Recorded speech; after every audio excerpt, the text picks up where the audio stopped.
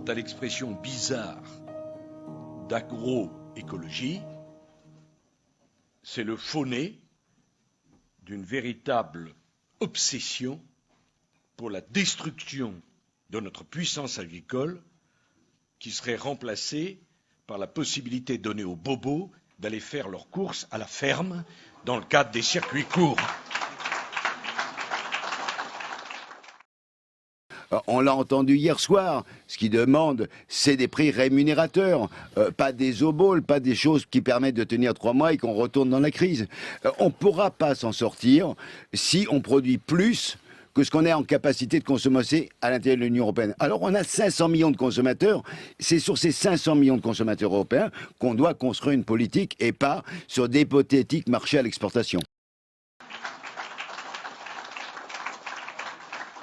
Et pendant qu'on y est, on pourrait toucher le béret et on aurait même le droit, pour chaque produit acheté, de faire une photo. Ce n'est pas les agriculteurs pour moi, ce n'est pas une espèce en voie de disparition et ce ne sont pas des cantonniers. Je précise avoir le plus grand respect pour les cantonniers. Les agriculteurs sont des entrepreneurs. Je n'irai pas au salon de l'agriculture cette année. Non, parce que je pense que quand on a une crise telle que celle-ci, vouloir faire la vitrine et faire des beaux discours, des super vaches, des super robots de traite, voir la grande distribution, voir les fast-food au salon de l'agriculture, ce sont ceux-là même qui tuent l'agriculture aujourd'hui dans ce pays et c'est eux qui vont être au cœur de ce salon. Eh ben moi, je n'irai pas, je ne mettrai pas les pieds au salon parce que je trouve que c'est pas correct d'être là pour regarder ces belles choses et en même temps de voir les paysans crever à l'autre bout de la France.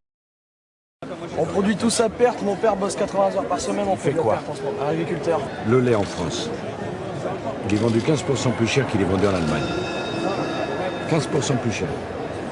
J'ai regardé tous les prix de tous les producteurs de lait en Europe. C'est le 4e prix le plus fort. C'est indécent. On ne peut pas avoir des gens qui se suicident. On a plus de 600 suicides en agriculture en France tous les ans. Et on va faire une vitrine sur les suppos robots de traite, sur les nouvelles machines. Mais qu'est-ce que ça veut dire? Là, on se fiche des paysans. C'est contraire, en fait, à la résolution des problèmes. La vitrine, aujourd'hui, elle est là. Mais il y a des paysans qui souffrent. Tous les 2 jours, il y a un paysan qui se suicide.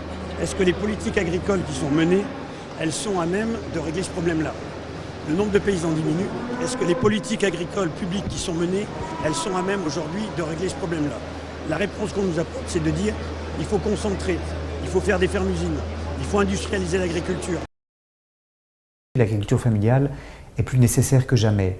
D'abord parce que investir en elle, c'est la meilleure façon de réduire la pauvreté rurale et donc de faire reculer la faim et la pauvreté, là où elle a le moins régressé au cours des années. Ensuite, parce que l'agriculture familiale permet de profiter aussi aux autres secteurs de l'économie en augmentant le pouvoir d'achat d'une grande partie de la population qui dépend de la petite agriculture. On permet des débouchés pour les fournisseurs de services locaux, pour les produits manufacturés et l'on a des effets multiplicateurs très importants pour l'économie locale. C'est donc une manière intéressante pour un pays d'investir dans son avenir. Et enfin, l'agriculture familiale est mieux placée pour gérer les écosystèmes, pour pratiquer une agriculture plus diversifiée qui préserve la santé des sols et entretient ces sols. Malheureusement, par le passé, au cours des 30-40 dernières années, on a très peu investi dans l'agriculture familiale. On a essentiellement voulu miser sur l'agriculture d'exportation, sur les cultures de rente et sur les plus grandes plantations plutôt que sur les petites exploitations. Et donc c'est aujourd'hui urgent de réinvestir cette agriculture trop longtemps négligée avec les conséquences que l'on voit quand on regarde les chiffres de la pauvreté rurale dans les pays en développement.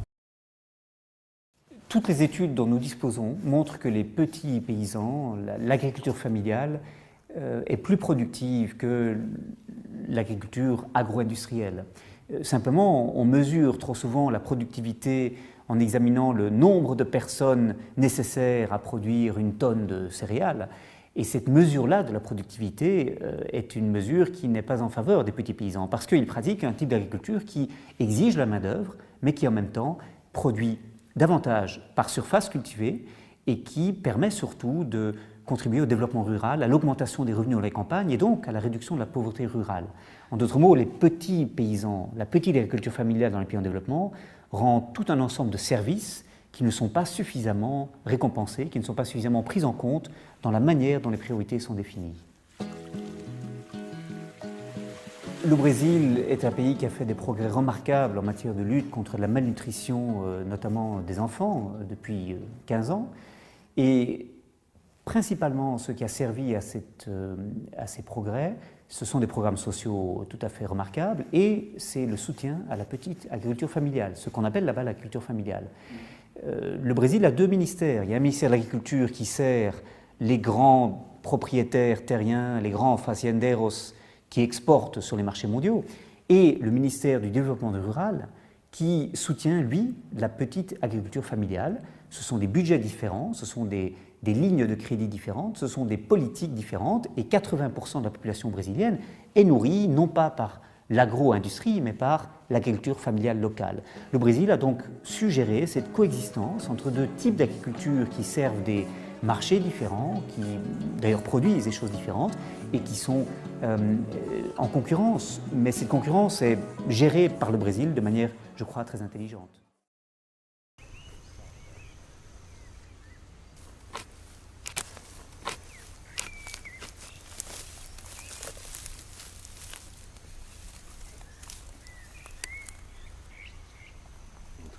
La terre qui est moteuse par rapport à la terre de forêt. Là, on peut mettre les trois sols, quoi. Le sol cultivé, le sol de bord de champ peu touché par l'homme, très très bien tenu par les racines, puis le sol de forêt, vous voyez, qui est noir, qui est plein d'humus. Le mot humus, c'est ce qui a donné le mot homme, le mot humilité. L'humus, humanité, ça vient du mot humus. L'humus, c'est la partie organique qui va s'attacher avec les argiles et qui va former le sol. Le sol, c'est un milieu unique sur au moins dans le système solaire.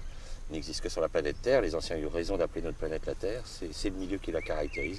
C'est la fusion entre le monde minéral des argiles et le monde vivant de la litière, de l'humus. Et c'est ça qui fait ce milieu qui est le plus riche de la planète, puisque 80% des organismes vivants vivent là, dans ce milieu-là, que nous sommes en train de tuer et de massacrer parce qu'on n'a pas compris qu'il était un milieu vivant. Alors qu'il est le milieu vivant par essence et la materia prima, d'où tout le système va. Nous vivons tous sur ce milieu-là, que nous massacrons et que nous détruisons.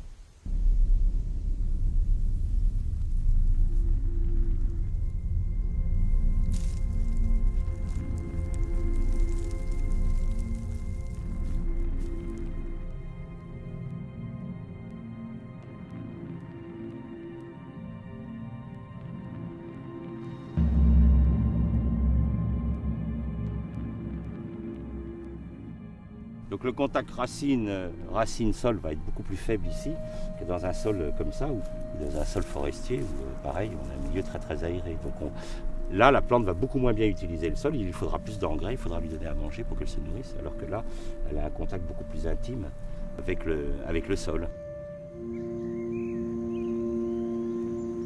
On utilise des produits, on appelle ça les pesticides, hein, c'est bien dire ce que ça veut dire. Hein. C'est ce qui tue. Ce que nous avons décidé être des pestes, c'est-à-dire tout ce qui n'est pas considéré par nous comme gentil, puisque nous avons une vision totalement infantile de cow-boy de la nature. Hein. Il y a les gentils, puis il y a les méchants. Hein. Bon, le gros étant des méchants quand même. Il y a quelques gentils comme la coccinelle qui ont le droit d'être mis dans les gentils, mais surtout nous voyons la nature comme un monde absolument terrifiant. Hein. Donc il faut tuer tous les méchants. Donc on a un terme qui s'appelle les pesticides, donc qui permettent de tuer les insectes, de tuer les champignons. Là on ne distingue pas ce qu'on tue, hein. On tue tout. Hein. Et ça, on ne pose pas de questions là-dessus, ça on a le droit d'épandre. Par contre, vous osez mettre du purin d'ortie et c'est tout un drame qui s'installe, c'est du n'importe quoi ça.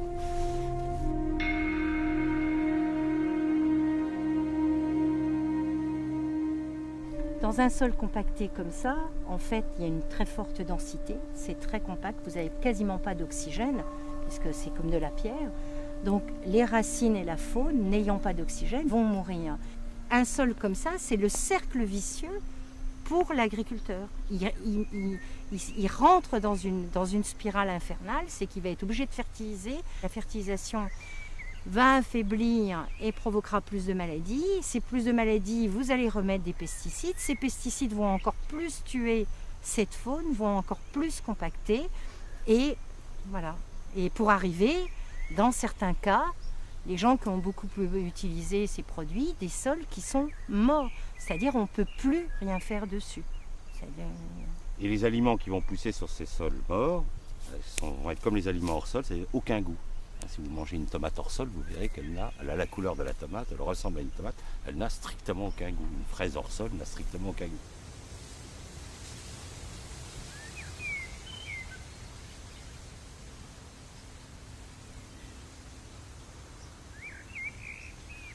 Si on demandait à tous les agriculteurs à l'heure actuelle de passer en biologie, d'arrêter de mettre ces produits, je pense que l'humanité serait très très mal parce que la terre ne pourra pas produire. C'est déjà difficile et on ne peut pas changer. La terre est morte.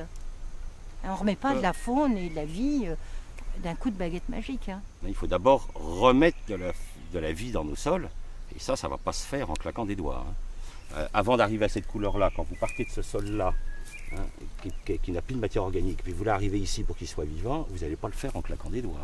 Hein. On a ruiné nos sols, on a décapitalisé depuis 50 ans, on va remettre 50 ans pour capitaliser. Hein.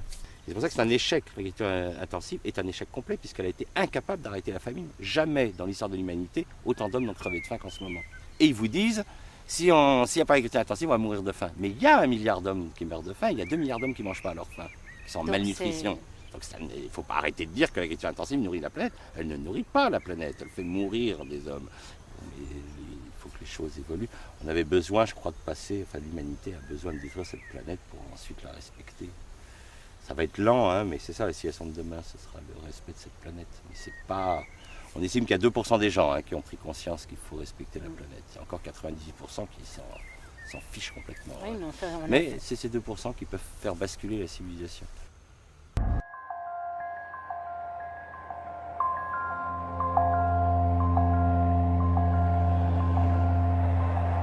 C'est une question qu'on ne se pose jamais. Serait-il possible qu'un jour la terre de France ne puisse plus nous nourrir? Et là, pour moi, c'est du massacre. Là, c'est plus de l'agriculture, c'est du massacre. C'est pas la peine de faire ça. On n'a pas besoin de tuer la terre pour se nourrir, c'est pas vrai.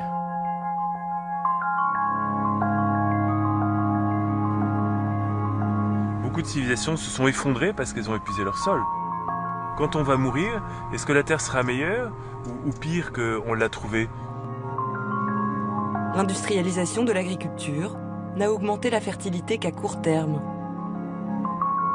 Se serait-on trompé tout ce temps? C'est comment on arrive à mentir aux paysans, comment on arrive à mentir aux consommateurs. Parce qu'il y a tout un business derrière, on dit nourrir la planète. On ne nourrit pas la planète, on engraisse le système au détriment de la vie. Ça, c'est le truc, ça me... Ils sont de plus en plus nombreux à prendre conscience de l'enjeu, à inventer, hors des sentiers battus, une toute nouvelle agriculture, durable. Cette mutation de l'agriculture, elle est là, elle va faire passer l'agriculture de ce qu'on a connu, beaucoup de machinisme, beaucoup de chimie, à une agriculture avec moins de machinisme, moins de chimie, beaucoup plus d'intelligence, de connaissances et d'agronomie.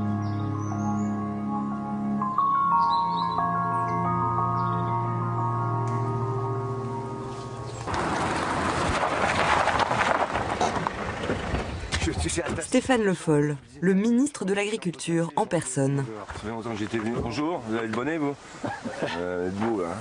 Il nous a donné rendez-vous dans la Sarthe, chez un agriculteur qu'il présente en modèle.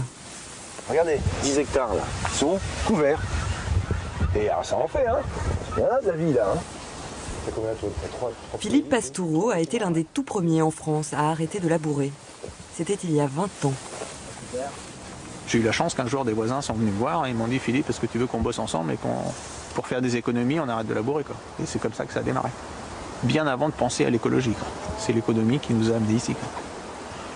Et en fait, moi, j'ai décidé de remplacer le travail mécanique, qui était fait par une charrue, par du travail biologique, qui maintenant est fait par des vers de terre.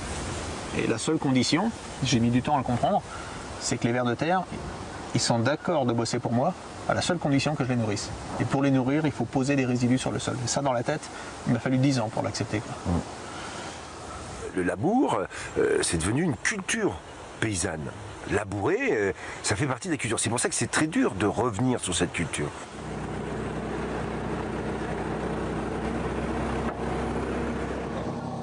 On va aller chercher dans le sol et on va voir ce qu'il y a dessous. Parce qu'on parle sur le sol alors que dessous il y a plein de choses qui se passent.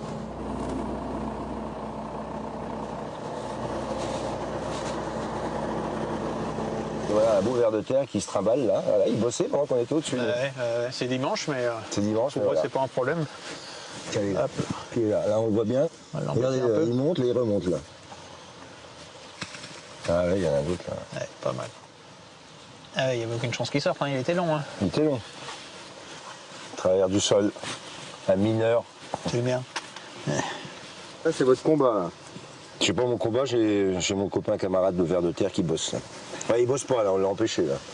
C'est des travailleurs au noir? C'est pas au noir, c'est des travailleurs souterrains en tout cas. Ça aperçoit un carabe. Un carabe, ah ouais. Ça c'est très important, vas-y. Voilà. Ça c'est un carabe. Voilà. Un insecte dans le sol. Et en fait ça c'est un allié, hein. Ça me permet de réguler naturellement mes limaces. Et c'est ça qui est compliqué quand on passe d'une agriculture conventionnelle à celle-ci. C'est qu'il faut que toute cette diversité revienne. Et c'est pour ça qu'il faut créer l'habitacle là. Et en fait une fois que vous avez créé les logements, ils arrivent quoi. Et après ils vous rendent service quoi. À l'époque où je labourais, cette couleur jaune, elle montait jusqu'ici. Et en fait, mes racines s'enracinaient sur cette surface-là. Aujourd'hui, les racines descendent facilement à 40 cm et vont plus loin. C'est-à-dire qu'au fur et à mesure que je stocke des résidus sur le sol, les vers de terre viennent les brasser.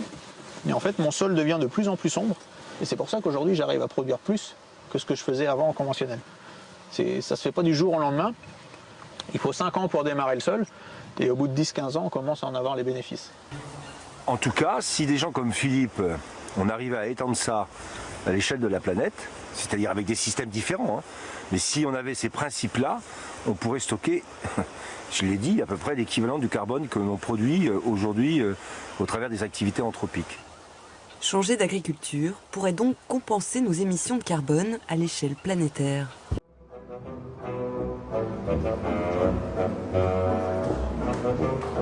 Stéphane Le Foll a réuni un panel d'experts au ministère. Ça va bien, ça va. Parmi eux, le directeur actuel de l'INRA. Bon, allez, on y va. Parce que vous les gars, là, allez. Tous sont désormais acquis à la cause de l'agroécologie. C'est un projet qui s'appuie sur des agriculteurs qui peuvent déjà montrer ce qui se passe sur le terrain, comment on stocke du carbone. Quand on en discute au sein de l'Institut, on a l'impression que finalement en France, globalement, il y a le potentiel. Un des enjeux du programme, c'est de montrer que dans le monde. Ça va être de montrer que dans le monde, ça va être faisable. Changer d'agriculture devient urgent, car les rendements stagnent depuis maintenant 30 ans. Est-ce que le modèle conventionnel français est arrivé dans une impasse? Pas une impasse, mais dans des limites. Et c'est parce qu'il y a un moment où un modèle arrive aussi au bout de ses capacités qu'on commence à réfléchir à la mutation en cours et comment on l'anticipe.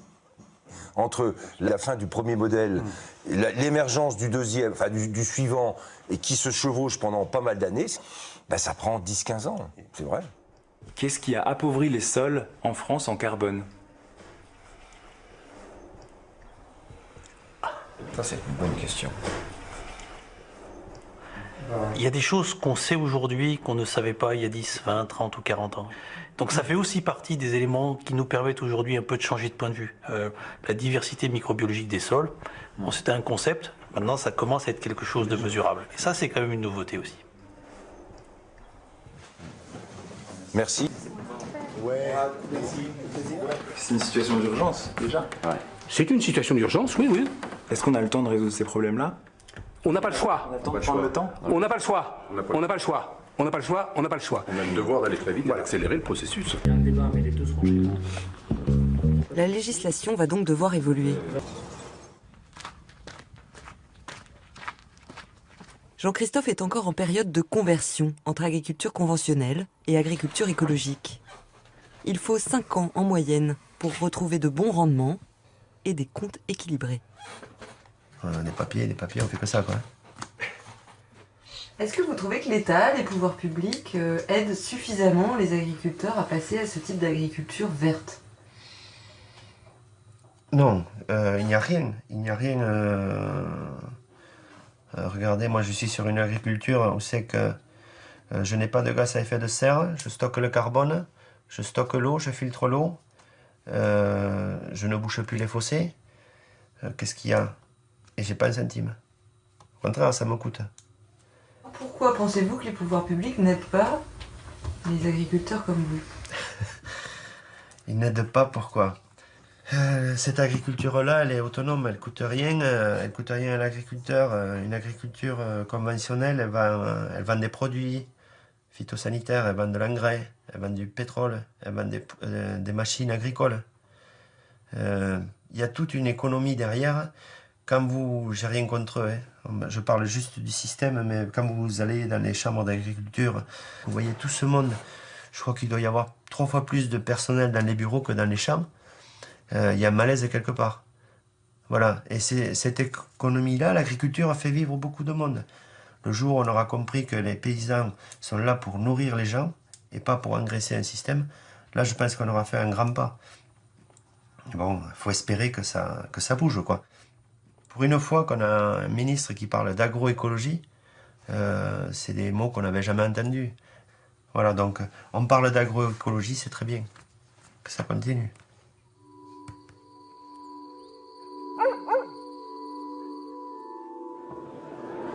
L'avenir, cela fait 25 ans qu'ils y travaillent. Aujourd'hui, Claude et Lydia fêtent l'anniversaire de leur laboratoire. Ça va, toi? Ouais, il y a même la télé. 350 invités, pour la plupart des agriculteurs convertis aux méthodes bourguignon. On a des gens qui viennent d'Espagne, on a des gens qui viennent d'Italie, on a des gens qui viennent de Bretagne, de l'autre côté de la France. Donc en fait, c'est un véritable soutien, quoi. C'est même très très émouvant. Ouais, ça fait chaud au cœur. Ah oui, oui. Ouais, Parmi la foule, un vieux monsieur a une importance toute particulière pour les deux scientifiques. Donc là, Bernard Renault, c'est le client qui a le numéro 1 dans nos dossiers. C'est notre premier client il y a 25 ans. Quand il m'a démontré que ma terre, je perdais la vitalité de ma terre que j'avais travaillée, je dois vous dire, quand il m'a dit ça, j'étais debout, je suis tombé à genoux devant ma terre, parce que mais c'est pas possible que j'arrive à faire ça de ma terre, que je dévitalise mon sol dans mes pratiques agricoles. J'ai eu honte de moi-même, voyez. Et là, j'ai compris qu'il fallait vraiment arrêter ça. Voilà. Mais c'est grâce au travail au départ de chez Bourguignon. À 55 ans, je l'avoue, j'ai refait une autre vie de paysan. J'étais dans la découverte de la connaissance de la nature, parce que nous avons oublié ça.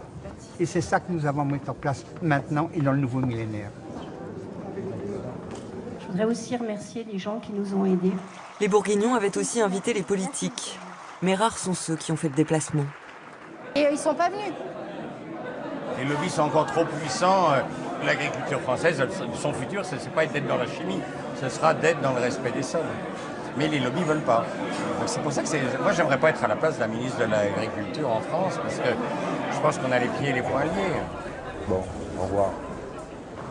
Nous avons demandé au ministre s'il se sentait, lui, entravé par les grands groupes industriels. Qu'est-ce que je leur dis? Je leur dis, on a vécu des mutations. Il y en a 4 ou 5. On est peut-être à la 6e. Cette mutation, quoi que vous vouliez faire, elle va se faire. Elle est engagée. Il va y avoir des nouvelles formes d'activités qui vont se créer, mais ça sera sans vous. Et vous dites au plan politique, vous ne subissez pas de pression réelle, économique, quand vous parlez de changer d'agriculture? Ah si, mais attendez, je subis pas de... Est-ce que vous pensez que tout le monde est d'accord avec moi? Non. Donc, alors après, est-ce que ceux qui ne sont pas d'accord avec moi exercent une pression sur moi? Oui, on peut considérer qu'ils prennent une pression. Ils exercent une pression sur moi.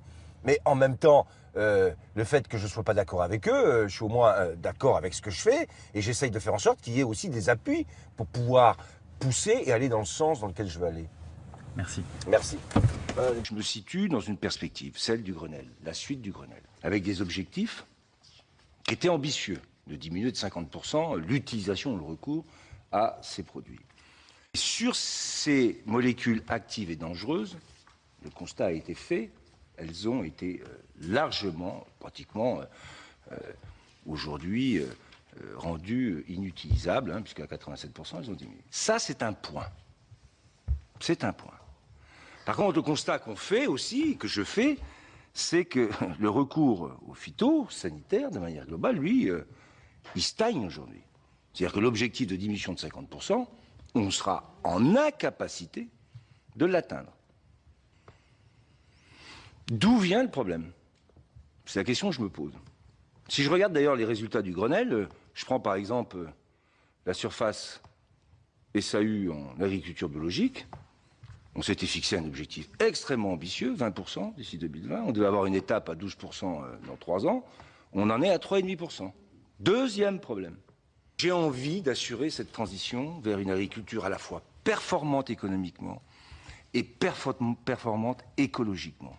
Plus on économise des intrants et des consommations intermédiaires, plus on peut dégager de la marge brute par hectare. Des modèles conventionnels qui ont été mis en œuvre il y a 30-40 ans, on peut et on doit réfléchir à leur évolution de ces modèles de production. Sur les mises en marché, je le disais tout à l'heure, il y a des résultats sur les réseaux de fermes qui vont être testés, elles se mettent en place, il y a des résultats sur la formation des agriculteurs avec Certifito, là, ça avance. Le problème, c'est que ça concerne que ceux qui sont concernés. Mais le problème, c'est pas de concerner ceux qui se sentent concernés, c'est de concerner tout le monde.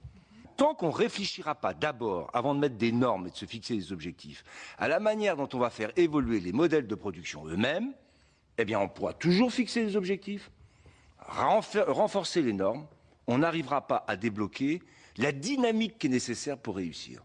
Comment on fait pour que, au-delà même de l'approfondissement d'une formation pour ceux qui sont formés aujourd'hui, je puisse toucher le plus largement ceux qu'on ne touche pas, ceux qui ne bougent pas aujourd'hui. C'est ça mon sujet. Je veux porter des idées de groupement d'intérêt économique, écologique. Je veux qu'on crée des cadres juridiques nouveaux où on puisse avoir des démarches collectives pour mutualiser le risque et surtout diffuser les bonnes pratiques. Parce que le vrai problème qu'on a aujourd'hui, c'est la diffusion des bonnes pratiques. Alors on peut faire de la formation du certifito, il faut l'améliorer, j'ai aucun souci là-dessus, mais mon problème, c'est pas simplement d'améliorer ce qui existe, c'est de faire en sorte qu'on ait une dynamique plus globale, collective maintenant. C'est ça l'enjeu. D'où l'important de l'enseignement agricole, c'est-à-dire à la base, celui qui va former ceux qui vont devenir demain des agriculteurs et qui les formera non pas simplement à la bonne utilisation des produits phyto, mais qui les formera aux modèles de production qui sont les plus économes en produits phyto. On va mettre en place une mission qui va être confiée au Conseil général de l'agriculture, dans lequel on va intégrer l'INRA, justement sur ces groupements d'intérêt économiques et environnementaux. Et moi, je veux que l'INRA soit là, parce que je veux aussi qu'il y ait la recherche agronomique.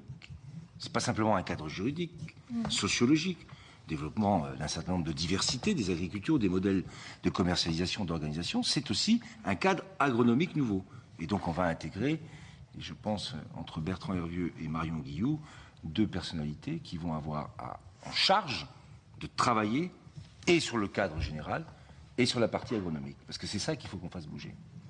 Oui, ouais. Les plus, c'est ceux qui font mieux.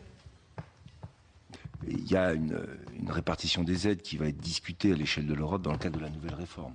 Et l'idée qu'il y a sur la table, c'est vrai que c'est quand même de dire qu'il y a une combinaison qui doit être possible entre les bonnes pratiques environnementales et des bonnes pratiques économiques. Parce que par contre, ce qui est clair, c'est que dans la situation dans laquelle on est obligé de maintenir un niveau de production élevé. On le sait dans les débats que nous avons entre nous. Il y a ceux qui disent on peut réduire les volumes produits. C'est pas vrai ça. Ça c'est pas vrai.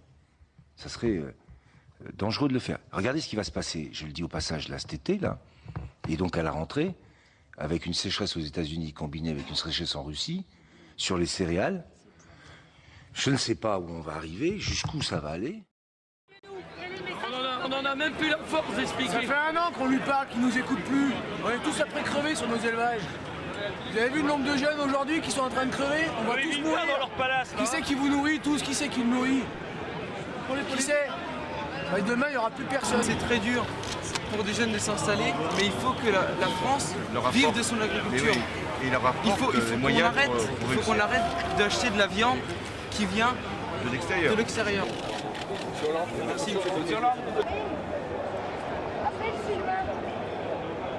Tu devrais avoir honte, peignard! Dégage! Putain, tu nous bouffes! Pourri! Les paysans, c'est d'abord des entrepreneurs. Et c'est le fer de lance de l'économie française. Le président des JA, mesdames, messieurs, messieurs les élus, monsieur le maire, je lui disais que j'étais venu à Troyes il y a bien longtemps, et c'est avec beaucoup de bonheur que j'y reviens aujourd'hui. J'ai bien compris que l'arrivée à la tribune, et en tout cas au podium, j'avais pas prévu d'avoir une marinière verte en plus, que l'effet de mon arrivée a été moins salué que celui de Xavier Belin, mais je l'entends parfaitement. Je suis ici au congrès de la FNSEA après des élections de chambre que je salue dans leur déroulement et pour dire que le résultat est parfaitement intégré par le ministre de l'Agriculture. Je l'ai toujours dit, je respecte la démocratie et je respecte surtout l'engagement professionnel de ceux qui font du syndicalisme et je respecte à partir de là ce que vous êtes et ce que vous représentez pour l'agriculture française aujourd'hui, ce que vous avez fait dans le passé et ce que vous ferez, je l'espère, en tout cas en concertation, ensemble, pour l'avenir. Vous avez, Monsieur le Président, indiqué qu'il faudrait que le ministre travaille mieux. J'en suis parfaitement d'accord. Il faut toujours s'améliorer. Pour ce qui est du travailler plus, admettez que là, vous avez peut-être poussé un peu loin, sous-entendant peut-être que le ministre ne travaillait pas assez. J'indiquerai simplement que les journées font 24 heures, que chacun, dans le respect qui doit être celui du ministre vis-à-vis de la profession agricole, aussi celui du ministre de temps en temps. C'est un petit message aussi, mais amical et avec une volonté de travailler de manière concertée. Et j'ai bien entendu un certain nombre de remarques qui ont été faites, et comme vous l'avez dit, il faut qu'on s'améliore, et je dois aussi m'améliorer. Il va falloir qu'on rediscute pour reprendre un traitement et probablement à base de chimiothérapie parce qu'on n'a pas 36 solutions. Mais on n'a pas vraiment d'espoir de tout stériliser.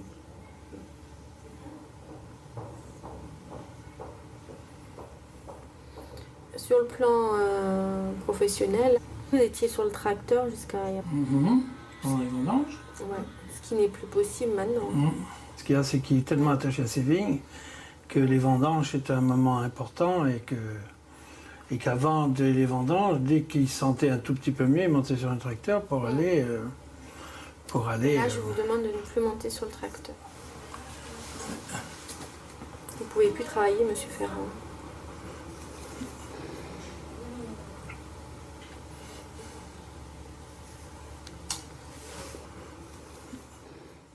Mais je voulais vous poser une question.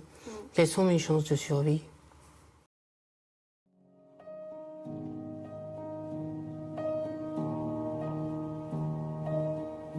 Un mois plus tard, je reçois un mail de Jackie, le père de Frédéric. Voilà ce qu'il me dit. Chère Caroline, après de grandes souffrances physiques, Frédéric a pu enfin partir, apaisé. Il a embrassé ses petits, sa femme, ses sœurs et moi. Il a donné ses recommandations et dit à Laurence « Maintenant, laissez-moi. Je veux être seule, car je vais mourir cette nuit.